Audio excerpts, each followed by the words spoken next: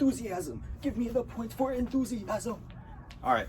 So when I read the assignment and it said, hey, talk about something that you have a hobby about, that you love, you know what I thought? I thought, you know what?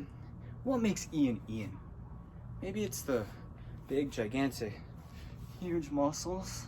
Or maybe it's the fact that I was the GQ male model of the year. But I thought, you know, that's kind of hard to demonstrate. So today, I'm gonna show you how to not be a noob on the golf course, which is something that I know a thing or two about, because if you can't play good, look good, okay? And here's why you need to know how to play golf, okay?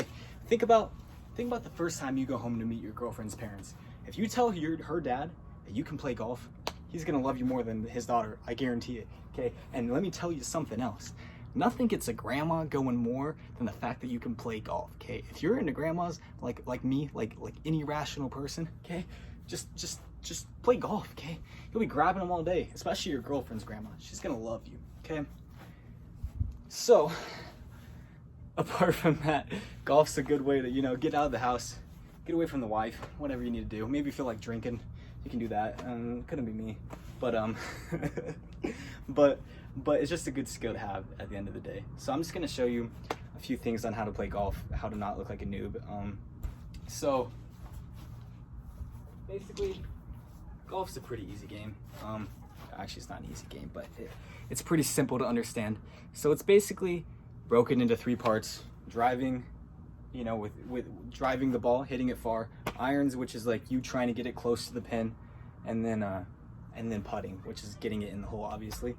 So to hit it far off the tee, you don't always have to hit a driver, but most people do hit a driver,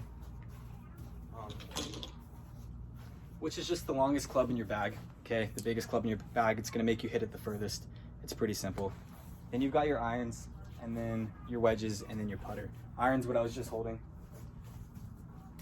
Here, and then putter. This, boom, you just hit it in the hole. Simple. Now to grip these clubs, it's fairly simple. A big thing that beginners do is they have weak grips, meaning that it promotes basically dominance in the right hand or left hand, depending if you're right or left-handed, which is what you don't want, okay? You want your hands to work in unison. So in order to not do that, what we want is, if we're right-handed, okay, let's just pretend we are for the sake of the video. Your left hand here, you want to grip it so that it makes a V going up to your right shoulder, okay? And you come over with your right hand, and you want to interlock this finger and this finger to hold the club good. And this finger is just going to go under the club, and your thumb goes over, okay? What a lot of people want to do is not interlock, hold it like a baseball bat, and put their thumb down the shaft. That's bad. That's going to make your right hand too strong. That's going to create inconsistencies in your swing, which is what we want to avoid. Consistency is the key to golf, okay? Even if you're hitting it right all day and you're consistently hitting it right, that's great, because you can play that. If you know it's going to go 20 yards right every time, you aim 20 yards left. That simple, okay? So instead of what a lot of beginners they'll look like is they'll go like this with the grip, like I said, and they'll be all flimsy. Not even that, it'll be bad, okay? So what you want is to grip it like this, like I said, not like that.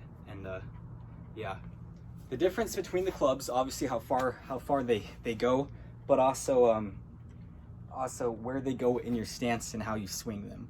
Now for a putter, it's simple. You don't want to hit the ground, you just go through the ball, get it in the hole. Easy stroke pendulum. How far back is how far you go through. Simple as that.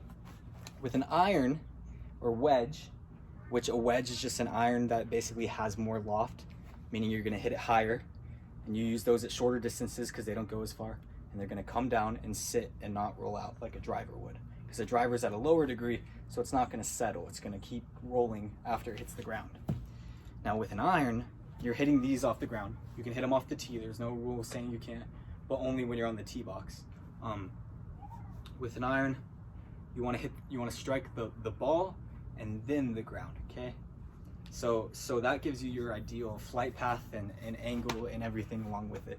So it should look something like this. I'm gonna go far back. Should look something like this. Can't really see if I hit the ground. Now with the driver, you want to put it in the front of your stance, okay? Now with an iron, I don't know if I mentioned it, but the ball wants to be in the center of your stance because then you can hit the ball and then the ground most effectively. Now with the driver, you tee up your ball high so that you can just hit the ball and only the ball because you're going for distance here, not flight path or anything in specific. I mean, obviously, when you get better, you want to control those things, but so you put it in the front. It's kind of hard to see here, but I'll just stay. And yeah. When you're beginning in golf, honestly, less is more. Don't swing out of your boots. That's going to create inconsistencies and make it not very good. So swing to your ability, play your game, have fun. Don't take it too serious. Don't be the guy that goes out and tries to be a PGA pro when he's obviously not. Just go out, have fun, bring a few friends, have a few beers if you're over 21, and just enjoy yourself. Honestly, it's a great game. You can impress the dad and the grandma and whatever you need. Maybe a boss, maybe you're the boss, who knows. So good game to have, good skill to have under the belt, and thank you for listening.